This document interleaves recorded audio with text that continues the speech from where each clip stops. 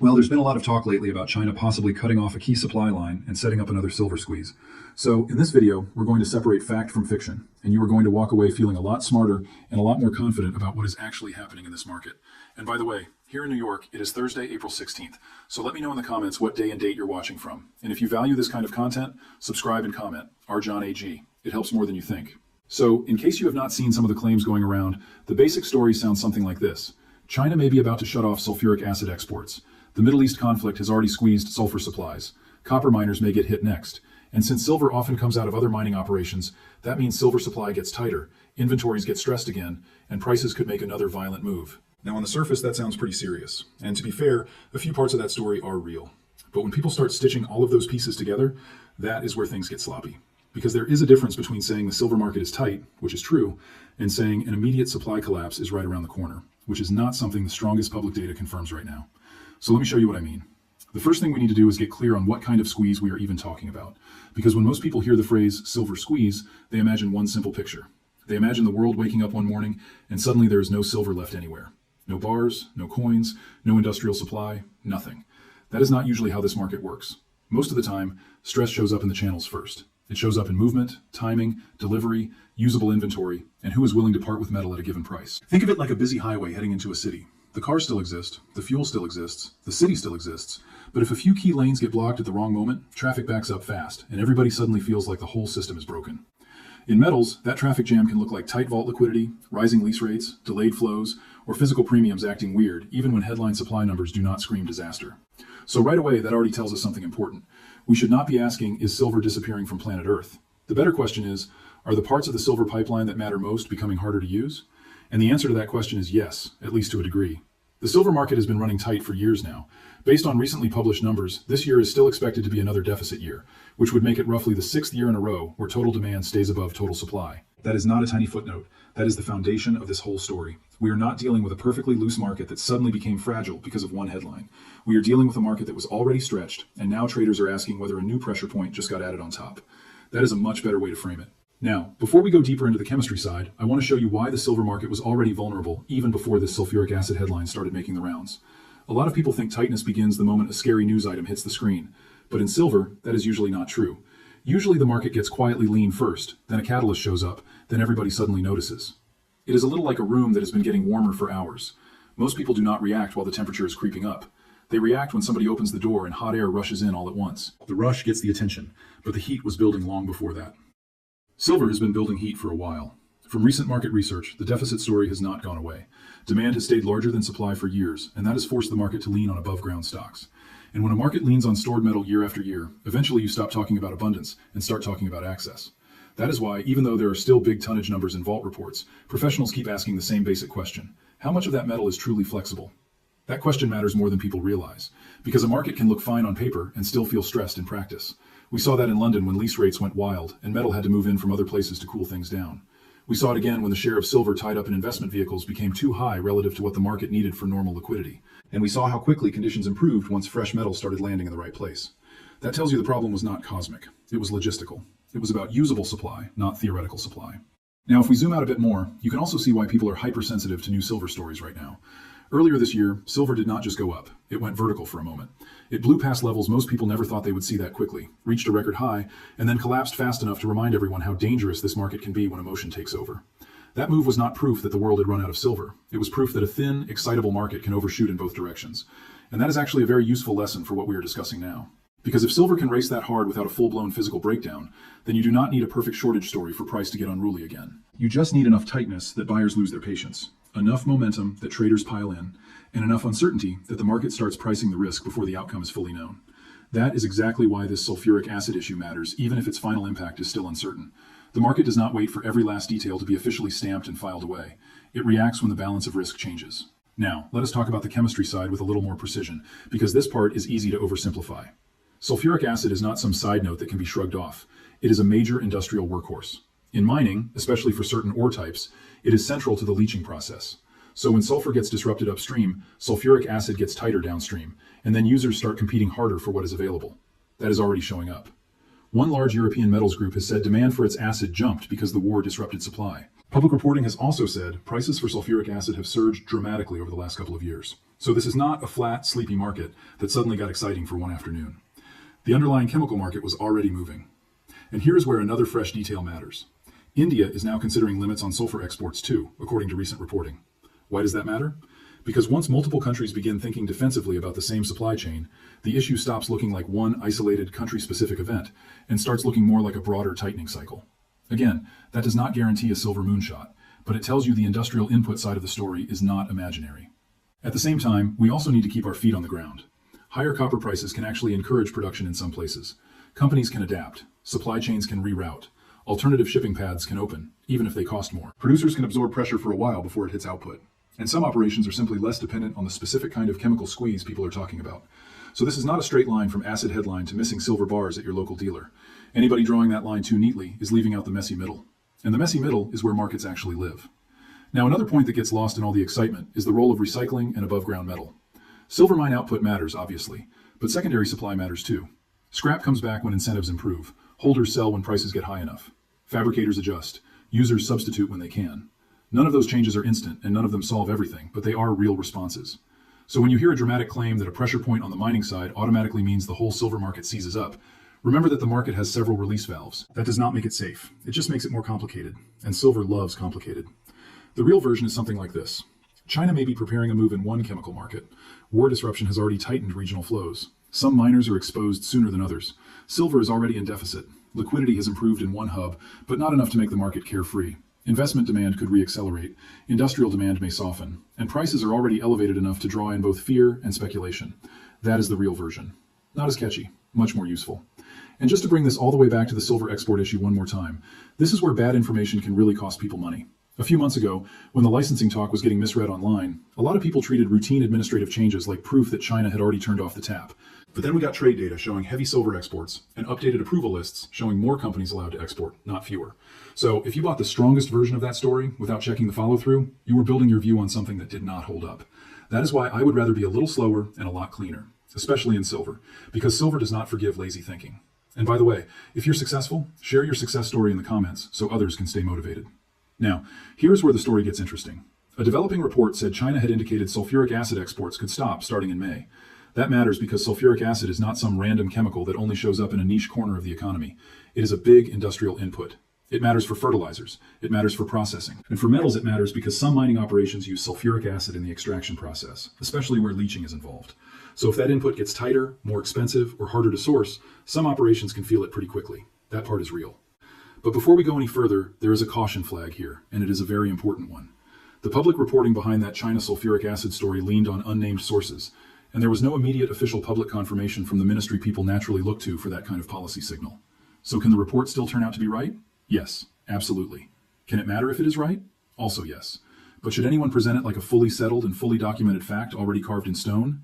No, that would be too aggressive. And that distinction matters because a lot of market fear gets created in the gap between a developing report and a declared certainty. Now, even with that caution, the sulfur story should not be dismissed. Conflict around the Gulf region has already disrupted shipping through one of the most important routes in the world. From recent market updates, sulfur supplies have tightened, prices have moved up sharply, and even buyers outside the immediate war zone are feeling it. We have seen mining companies in Africa dealing with chemical pressure. We have seen producers in Chile talking about higher costs. We have seen refiners in Europe say demand for sulfuric acid jumped because the conflict disrupted normal flows. So this is not fantasy. The chemical side of the market is under real pressure. And once you understand that, the next link in the chain starts to make sense. Copper matters here. Not because copper and silver are the same thing. Not because every copper headline automatically becomes a silver headline. But because a lot of silver does not come from a primary silver mine. Silver often comes out as a side product when companies are mining for other metals. Official mineral data has said for a long time that silver is mostly a byproduct of lead, zinc, copper, and gold operations combined. And that little word, combined, is doing a lot of work there, because this is one place where some people stretch the story too far. You may have heard a version of the claim that almost all silver mine supply depends on copper alone. That is not what the strongest official material shows. In fact, the latest industry breakdowns say lead and zinc mines still remain the biggest source in the mix, with copper very important, yes, but not the whole story by itself. So if somebody tells you copper alone controls the fate of silver supply, that is too simplistic.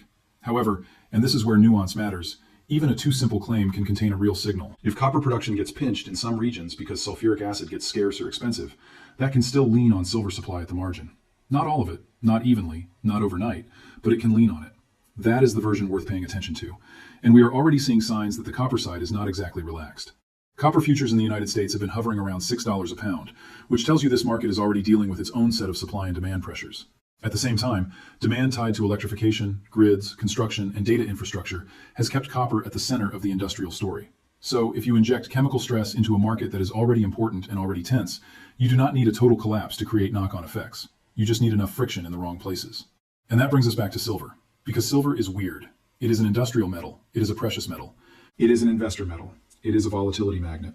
And when all of those identities start pushing in the same direction, price moves can get extreme very fast. We saw that earlier this year when silver ripped to an all-time high above $120 an ounce, and then turned around and fell hard almost immediately. That alone should tell you something. This market does not need perfect conditions to move violently. It just needs the right mix of tightness, emotion, positioning, and flow stress. So yes, another squeeze is possible. But now we need to ask the more serious question. Is this sulfuric acid story enough by itself to cause one? And my answer is, probably not by itself. Let me explain. There are really three layers to this whole silver setup. Layer one is the structural background.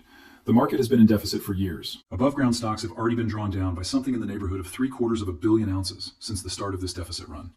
That means the cushion is thinner than it used to be. It does not mean the cupboard is bare. It means the margin for error is smaller.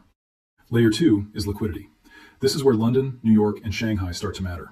Not because every ounce in a vault is equally available, but because what matters in a squeeze is the portion that can actually move when needed. Recently published research said the share of London silver not tied up in exchange-traded products improved from the extreme lows seen during the worst tightness last year. So in plain English, there is more breathing room now than there was at the peak of that panic. That is important. It does not mean the market is loose. It means the market is less cornered than it was. Layer three is the shock layer. That is where the China acid story, Gulf shipping disruption, copper stress, and possible new investor demand come in. This is the layer that can take an already tight market and push it into another jumpy phase. But this layer works on top of the first two. It does not replace them. So when somebody says China is stopping acid exports, therefore silver must explode right now, they are skipping too many steps. There is another reason to be careful here. Not every copper producer is in the same position. Some are more exposed to sulfuric acid issues than others.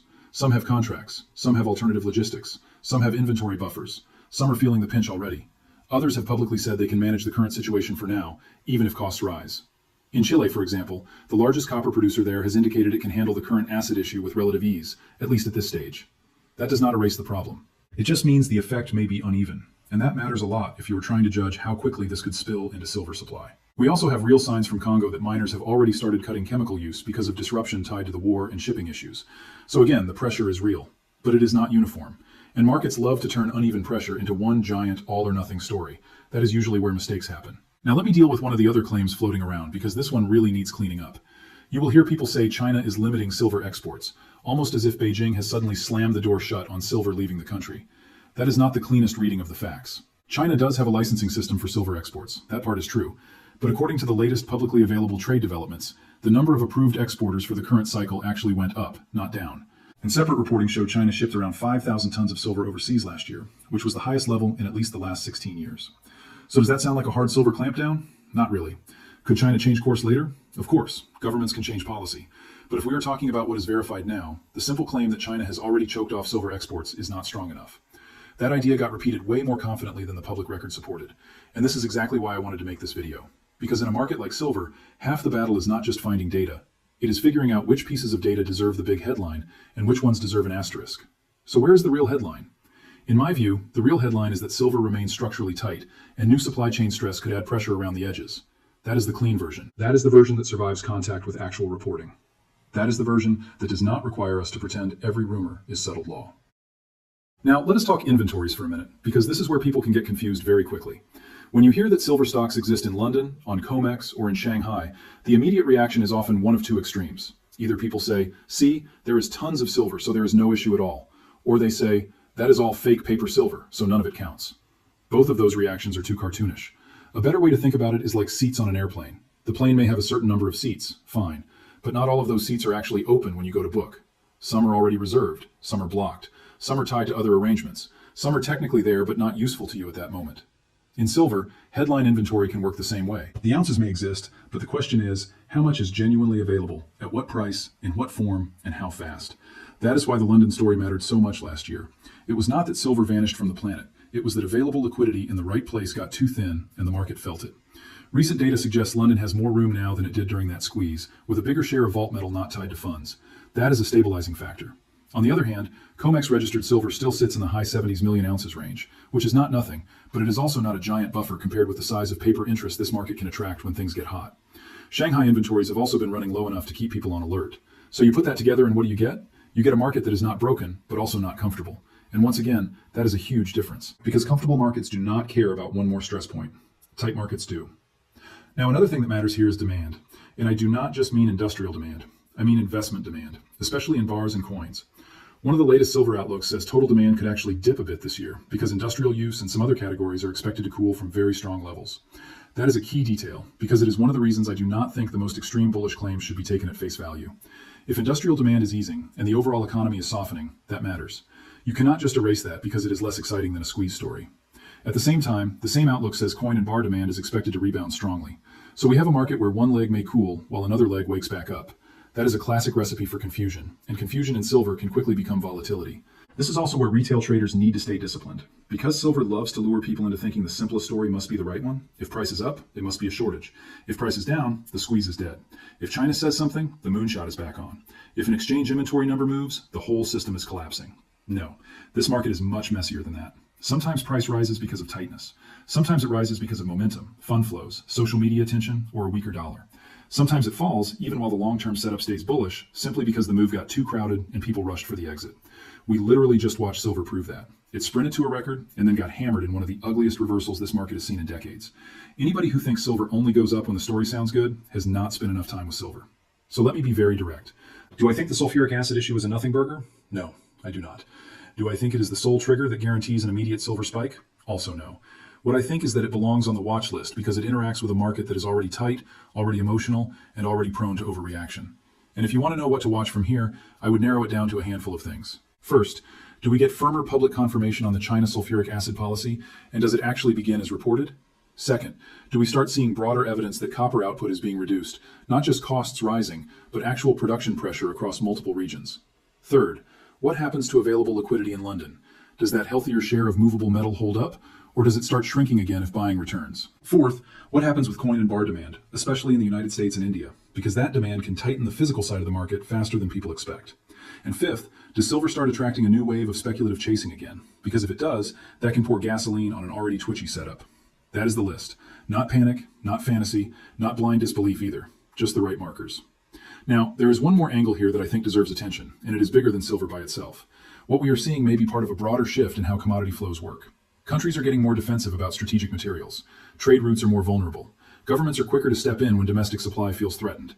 And when that happens, markets that depend on smooth global movement stop acting smooth. They start acting jumpy. So even if the sulfuric acid story turns out to be smaller than feared, the bigger lesson does not go away. The world is more fragmented than it used to be. It is more political, more reactive, more fragile at the margins. And silver, because it sits at the intersection of industry, investment, and global trade, is one of those metals that tends to feel that fragility in a very visible way. That is why I think some people are directionally right even when their details are wrong. They can sense the tension. They just do not always describe it accurately. Now, let us challenge one more assumption, because this one keeps sneaking into the conversation. Some people act like if copper has a problem, silver automatically becomes impossible to get. But remember, silver supply comes from multiple streams. Lead and zinc matter. Gold matters. Recycling matters. Existing above-ground stocks matter. Refining and movement matter. Investor selling matters too. At higher prices, some metal does come out. Not perfectly, not instantly, but the market is not limited to one pipe. So if you hear somebody reduce the whole silver story to one chemical in one country hitting one metal, that is too narrow. It is a piece of the puzzle, not the whole puzzle. At the same time, please do not overcorrect and pretend this means nothing matters unless all supply vanishes at once. That is not how these squeezes form. They form when multiple medium-sized pressures line up together. A deficit here, thin liquidity there, a logistics issue somewhere else, a wave of buying at the wrong moment. Then suddenly everybody looks up and says, wait, why is silver moving like this? That is usually how it happens. Not with a trumpet, not with a giant official announcement, usually with a series of smaller pressures that most people ignored until the move was already underway. And that is why this story is worth following. Not because we know for certain that silver is about to explode, not because every headline is true, but because enough of the underlying ingredients are real that the setup deserves respect. So where do I land on this today? I think silver remains in a fundamentally tight market. I think the verified story is stronger on structural deficit than on the idea of an immediate China-driven supply ambush. I think sulfuric acid disruption is a real industrial issue and a legitimate risk factor for some copper producers. I think the claim that copper alone controls almost all silver supply should be thrown out. I think the claim that China has already slammed the door on silver exports is too loose and should also be thrown out. And I think the most honest conclusion is this. The silver market is still vulnerable to another liquidity event, but the case is stronger if you build it on tight inventories, recurring deficits, and sensitive flows, not if you build it on exaggerated one-line claims. That is the grown-up version of the story. Now let me make this practical. If you are a long-term silver holder, the takeaway is not that you need to panic buy after every viral headline. The takeaway is that the long-term backdrop still looks supportive, but this market can punish emotional timing. So you want clarity, not adrenaline. If you are a trader, then the takeaway is even simpler. Respect the volatility. Silver can overshoot both ways. It can rip harder than you think and dump faster than you think, sometimes with the same headline being used to justify both moves. And if you are just trying to understand what is true, here is the cleanest summary I can give you. The market is tight. That part is true. Another squeeze is possible. That part is true. The sulfuric acid issue could add pressure through copper and related supply chains. That is plausible and worth watching. But the loudest version of the story, the one where China has already pulled a silver supply kill switch and an immediate shortage is guaranteed, goes farther than the best public evidence supports right now. That is the line. So tell me what you think. Do you think this is the early stage of another real silver squeeze? Or do you think the market is once again getting ahead of itself? I want to hear your view. And if you got value from this, subscribe, comment Arjan AG, and stay close, because this story is not over. One final note before I let you go. This video is for education and market discussion only. I am sharing how I read the data and the risk, not telling you what to buy, what to sell, or what to do with your money. Do your own homework, think for yourself, and make decisions that fit your situation.